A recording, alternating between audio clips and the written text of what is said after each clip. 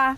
Hoje o Nação te convida a assistir mais um episódio da série Racismo em Português, produzida pela Agência Pública Portuguesa em parceria com a Fundação Francisco Manuel dos Santos. A história das relações raciais em São Tomé e Príncipe é marcada por violência física e tensões sociais até hoje lembradas. Confira.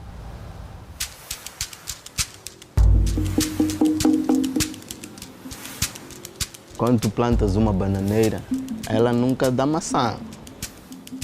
Isso quer dizer o quê? Que o colonialismo foi criado, existiu para que as sociedades hoje em dia tivessem assim, a merecer daquilo que é o eurocentrismo, daquilo que é a Europa.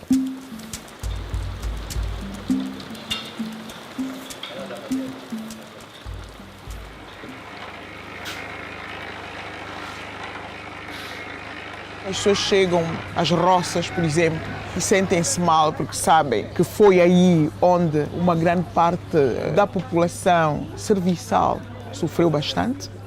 Eu creio que esta marca fica, essa marca do castigo, essa marca dos maus tratos. Há muita gente que não ultrapassou o trauma. Muita gente que ainda não ultrapassou este trauma. Sobretudo, se conversar com as pessoas de lá, muitas delas não querem falar sobre isso. Preferem esquecer. Nasci e cresci numa roça, nasci na roça Dona Augusta, a 13 km desta, onde nós estamos neste momento, a roça São João. Eu era miúdo, jovem, mas deu para perceber uma série de coisas, depois histórias que o meu pai conta, porque pessoas que foram mortas nas roças, pessoas que foram espancadas no terreiro das roças, à frente de centenas e centenas de trabalhadores. As pessoas estavam reféns da ração e tudo aquilo que o patrão dava. Não podia ter nada. As pessoas eram praticamente pequenas peças de uma grande máquina, de uma grande engrenagem, eu digo, de uma fábrica ao céu aberto, que funcionavam e por secções. E a partir das 6h30, 7 da tarde, da noite, já não podiam falar. Havia o guarda do terreiro que andava de porta em porta a ver quem conversava ou quem falava um pouquinho mais alto para ser apresentado no dia seguinte na formatura como transgressor.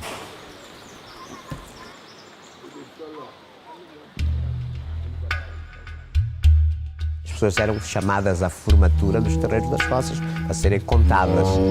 Mulheres, homens, crianças. As pessoas não deslocavam de uma roça para outra sem uma autorização, sem uma guia.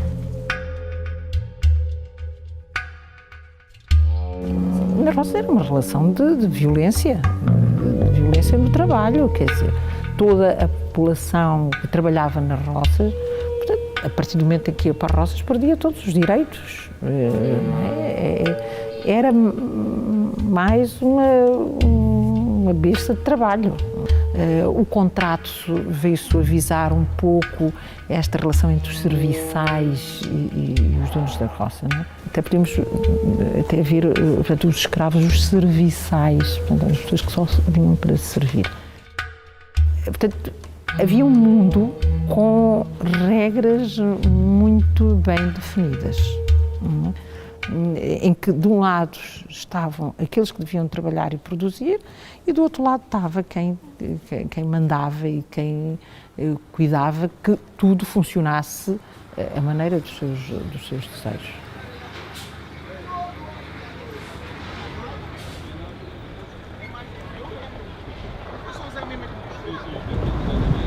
Isto era, mas aqui era a roça maior de São Tomé.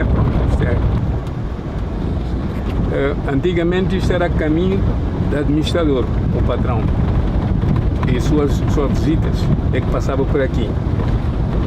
E o pessoal passava do outro lado.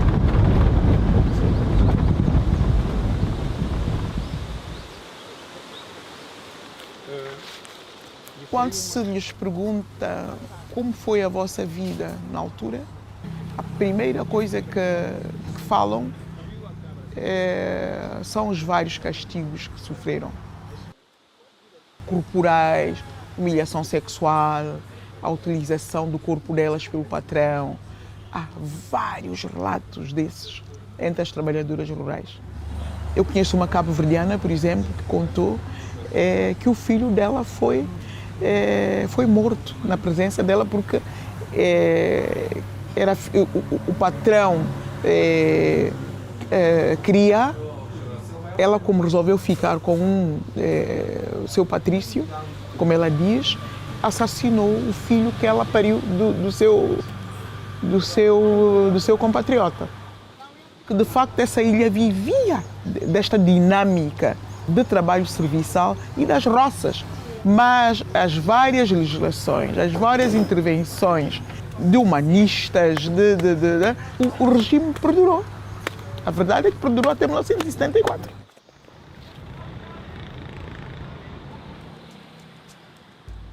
Contaram-me um episódio há dias de um contingente que chegou de Cabo Verde, um contingente de contratados, e foram postos em exposição num determinado sítio. Estava em fila um branco de Cabo Verde.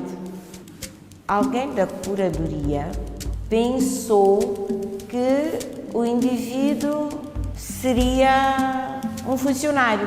Achou estranho e falava com ele em português e ele parecia não perceber muito bem. E dizia, sai daí, mas o que é que tu estás aí a fazer? E esse homem não foi para as roças. Esta é uma clara demonstração de racismo. Quer dizer, uma pessoa branca, provavelmente de olhos claros,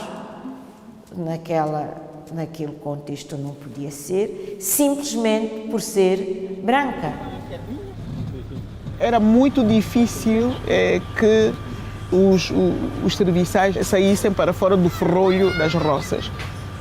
E este encerramento, enclausuramento dos serviçais criava um mito à volta da sua inferioridade.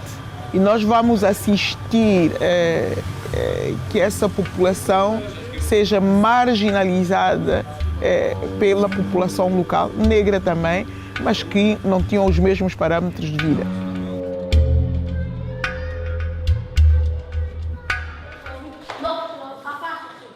A questão da dominação é uma questão muito interessante, não é? Como o dominado, como o colonizado, internaliza a dominação, internaliza toda a ideologia da dominação. O forro achava que ele era superior aos outros. Não é? Porque o discurso do colonialismo também é o discurso de que os santomenses e os cabo-verdianos, por serem de origem colonial, né, por serem sociedades de origem colonial, eram os africanos diferentes. A partir de 1520, houve muitas calças régias que alforriavam mulatos, né, filhos dos donos dos engenhos. E esses mulatos eram os primeiros santomenses. Daí os forros se chamarem forros, porque os forros, aqueles que ficaram, eram os escravos alforriados, eram os escravos forros. É claro que se me disser que se eu fui escrava, eu não fui escrava, mas a minha bisavó foi escrava, não é? A minha trisavó foi com certeza escrava. Nós viemos de uma linhagem de escravos que teve a sorte de ter sido dada a liberdade num processo que ainda era muito recente. O fim da escravatura, né, no século XIX, entrou-se no período em que a economia da roça assentou nos contratados que vinham de Angola, de Moçambique e de Cabo Verde. Passou a haver, não um grupo de negros e brancos, não é? Portanto, um grupo de metropolitanos e naturais, mas um grupo de metropolitanos, de naturais, e outro grupo que estaria na base da pirâmide, que eram os contratados. E no grupo dos contratados havia diferenças, porque havia os indígenas, aqueles que eram resgados e vinham porque não pagaram o imposto da palhota, os moçambicanos e os angolanos, não é? E havia os cabo-verdianos. E nós, os forros, olhávamos as roças como um mundo à parte. Era um mundo onde havia negros que eram escravos e que nós não éramos escravos. E é natural que, tendo sido alforriados, sabendo que havia uma população de escravos subjugada, o nosso olhar sobre o outro era também um olhar de alguma superioridade. Até porque nós, nesse processo de estruturação dos forros, nós também fomos tendo as nossas terras, fomos tendo os nossos escravos. De tal maneira esta separação se fazia que muito dificilmente o São Tomense se ligava ou se casava com um moçambicano, um angolano ou um cabo-verdiano. São poucos os casos destas misturas antes da independência. É um produto do colonialismo na medida em que os contratados são um produto do colonialismo. Portanto, houve uma complexificação muito grande das relações étnicas e raciais em São Tomé e Príncipe, que hoje, obviamente, que estão muito esbatidas, mas, malgré tout, ainda há laivos, ainda há no discurso do cotidiano, se nós prestarmos muita atenção, existem ainda muitos são-tomenses que não estão livres dessa discursividade racista de hierarquizar os são-tomenses. Sei lá, uma pessoa vê alguém, um colega que fez algum disparate com o qual não... também está à espera de quê? Golá, Gabon, Tonga.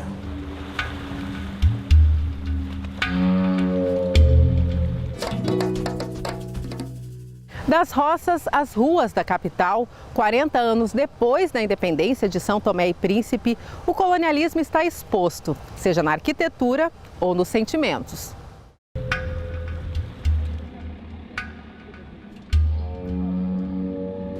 E esta recusa do São Tomense de trabalhar nas roças, não é que vai dar origem a 1953, ao massacre de Batepá. Foram vários locais, na Trindade, por exemplo, e depois havia uma espécie de lugar de concentração, que era a praia de Fernão Dias, para onde eram enviadas pessoas que de facto se rebelavam contra o regime. E essa espécie de campo de concentração, que não é campo de concentração, foi o local, de facto, onde houve várias pessoas que morreram por causa dos vários castigos que elas recebiam. Uma delas, a mais terrível, era esvaziar o mar. As pessoas eram obrigadas a esvaziar o mar, né? Carregar água do mar de um lado, despejar no outro, ir. E, de facto, foi uma situação assim, muito complicada aqui nas ilhas, e que vai culminar na entrada da PIDE-DGS neste ano. A PIDE entra em São Tomé em maio de 1953, face aos tumultos que houve nessa altura. Quando foi dos acontecimentos de 1953, os contratados foram utilizados para perseguir os forros. Não há novidade nenhuma, é dividir para reinar, não é? E isto acirrou a hostilidade dos forros para os contratados, porque eles foram utilizados pelos colonos, nas milícias, para reprimir os forros. Toda a minha vida ouvia-te falar de São Tomé. Acaba a faculdade e o meu pai diz: está na hora, podes ir. Vim, o meu pai mandou-me diretamente para o Príncipe, porque o meu pai não é de São Tomé, é do Príncipe. Ele queria fazer muita questão que o meu primeiro contacto com a África era mesmo o sítio onde ele nasceu, a casa da mãe dele, minha avó, e adorei. É o que me fez ficar em São Tomé e Príncipe. Minha mãe não me falava muito sobre essa altura. O meu pai falou-me mais. Nunca me vou esquecer que houve uma passagem de ano. A minha primeira passagem de ano cá foi aqui, na Praia PM. E o meu pai disse: olha, estás na Praia PM. Olha, ao lado da Praia PM havia uma piscina muito grande, que era o Clube Náutico, que era a maior piscina aqui de água salgada em São Tomé. O meu pai disse: olha, eu lembro perfeitamente numa passagem de ano em que eu tentei ir a essa passagem de ano, uma festa de passagem de ano no Clube Náutico, e não deixavam entrar os santomenses. Os santomenses, os pretos, não deixavam entrar. Epá, por isso, para mim, é acaba por ser pai. Eu estou exatamente no mesmo sítio onde há uns anos atrás não deixava o meu pai entrar. Isto é pesado. Eu estar a sentir local e pensar, para mim é quase um privilégio. Eu agora vou à praia ou vou a qualquer outro sítio que eu sei que os meus pais não tiveram a oportunidade de entrar ou não tiveram a oportunidade de usufruir como eles ou gostariam de ter usufruído, e agora eu digo não, agora eu vou gozar isto por eles. Agora mando fotografias, faço uma foto e digo, olha, pá, estão a ver? Agora eu posso estar aqui. O fundamento do colonialismo era o racismo. A linha de fratura era a raça. Nós éramos a raça inferior, que precisava de ser civilizada. A violência era constante, era permanente. Veja, por exemplo, nós que éramos privilegiados e que podíamos frequentar o liceu, veja, só os conteúdos daquilo que nós aprendíamos, éramos forçados a aprender. Isso era violento. Eu, por exemplo, passei toda a minha vida, não sabia o que é isso de haver 4 estações no país, nem não tinha noção do que, a não ser dos filmes, comboios e tudo, mas eu tinha que saber as linhas férreas, todas de Portugal, onde é que nascia o Rio Minho, nasce no Montes Cantábricos, que são no centro de Espanha, passa por Melgaço, Monção, Valência, toda essa coisa nós tínhamos. Veja só, os nossos professores mandavam-nos fazer redação sobre os frutos. E os frutos que nós conhecíamos eram manga, cajamanga, mamão, abacate, jaca, ainda por cima muito bom, janona, sabe-sabe. Aqui há uma grande variedade de frutos. Mas nós, se puséssemos esses frutos, as pessoas riscavam. Tínhamos que pôr uvas, maçãs, uva, maçã, pera, coisas que nós nunca tínhamos visto. Depois, na administração,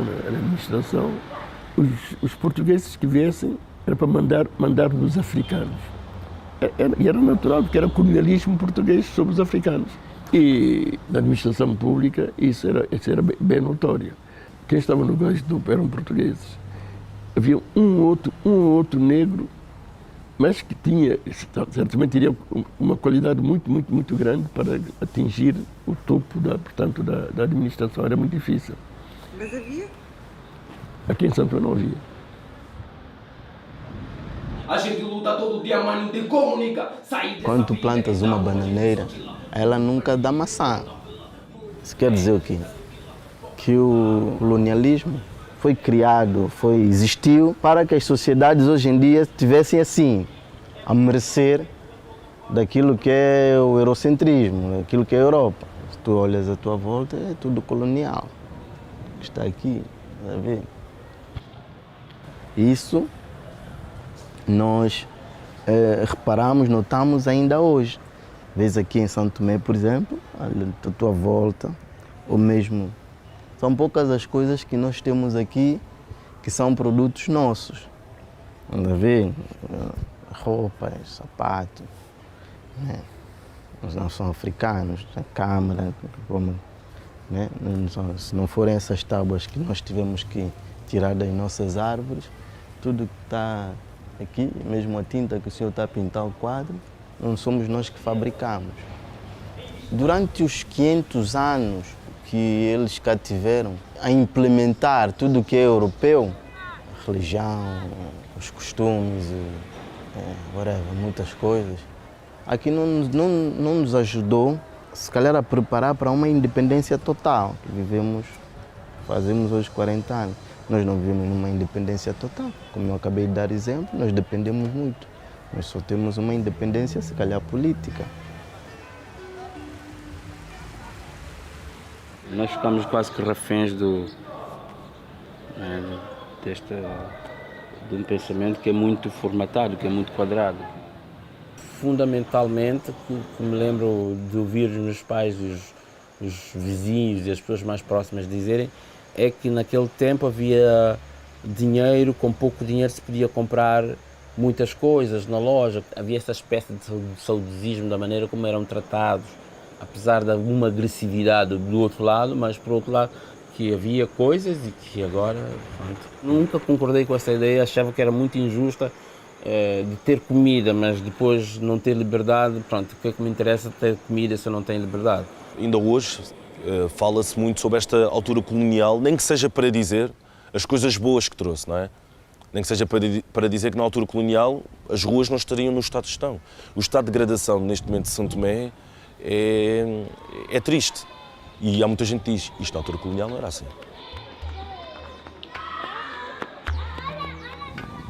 No fundo, a memória dos homens é muito curta. Né? E era preciso, primeiro na educação, no plano educacional, era preciso que se incluíssem essas matérias e dar-lhes o devido relevo para que se discutisse com as crianças, para que elas aprendessem as suas origens e a evolução da sua terra, como é que ela se fez. Isto não é feito. Isto não é feito, ou se é feito, de forma muito deficiente. O desencanto das pessoas é tanto que as pessoas relativizam os factos da história. Mas isso tem a ver com o desencanto das pessoas. O que não quer dizer que as pessoas queiram aquele tempo de volta. Uma vez tive a oportunidade de dar uma palestra no Liceu Nacional e estávamos a falar sobre a identidade africana. Eu primeiro foquei no ser santomense e fiz uma questão muito básica que era qual é a percentagem, de 0 a 100, quão eles se sentiam santomenses. E eu recebi respostas desde 10%, a 20% e a 80%, mas ninguém disse 100%. E as justificações foram várias, desde por não saberem falar a língua, que é um fato. Na altura colonial era proibido falar a nossa língua. E isso criou um estigma. E até hoje, ao contrário, por exemplo, de Cabo Verde, que eles falam crioulo em todo o lado e têm imenso orgulho, até hoje nós, os santomenses, ainda temos vergonha de falar a nossa língua e, por mais triste que seja, muitos de nós não sabemos, incluindo eu. Muito da minha cultura foi apagada. Porque eu não sei, eu sinto que nós não somos tão africanos como os africanos da África continental. Sei lá, eles são muito mais... a cultura deles é muito mais viva, é muito mais evidente. Para mim, a minha cultura é algo... Olha, é como se fosse café e leite e houvesse muito mais leite do que café no copo. É algo assim, muito... como é que eu ia dizer? Está assim muito apagado, não se sabe bem o que é, não sabe se a puita é mesmo puita, porque a nossa puita é algo que nós criamos, que havia nas nossas raízes, ou se o calulu é algo que houve desde o início, que é muito mais africano, ou se é simplesmente uma mistura do ingrediente português, de uma dança portuguesa, de uma música portuguesa que resultou nisso. Enquanto que os meus colegas, os meus amigos da África continental, tudo que eles têm, eu sei que é deles de raiz. Até que nascemos, toda a gente vai saber. Continuamos a ser, de alguma forma, uma sociedade mais servil do que civil. É como se estivéssemos sempre à espera que alguém desenhasse o percurso do país e o nosso também. Eu acho que são marcas do colonialismo, porque durante séculos nós fazíamos, não pensávamos. Vamos pensar que estamos numa mesa de negociações. Nós temos uma dificuldade enorme em impormos perante qualquer outra pessoa que seja de raça branca, por exemplo. Ainda vemos no indivíduo de raça branca um indivíduo que tem formas de se impor a nós que não conseguimos evitar. Não é? E isto é porque ainda continuamos com estes resquícios da colonização entranhados na nossa cabeça. É um país demasiado jovem, não é? É um país em que as memórias do colonialismo não estão presentes. Isso é bom e é mau. É bom porque, na verdade, é um país que está para frente, não é? Escolhe para frente. É mau porque é um país que assimila valores que são valores coloniais, mas que não tem consciência que são valores coloniais.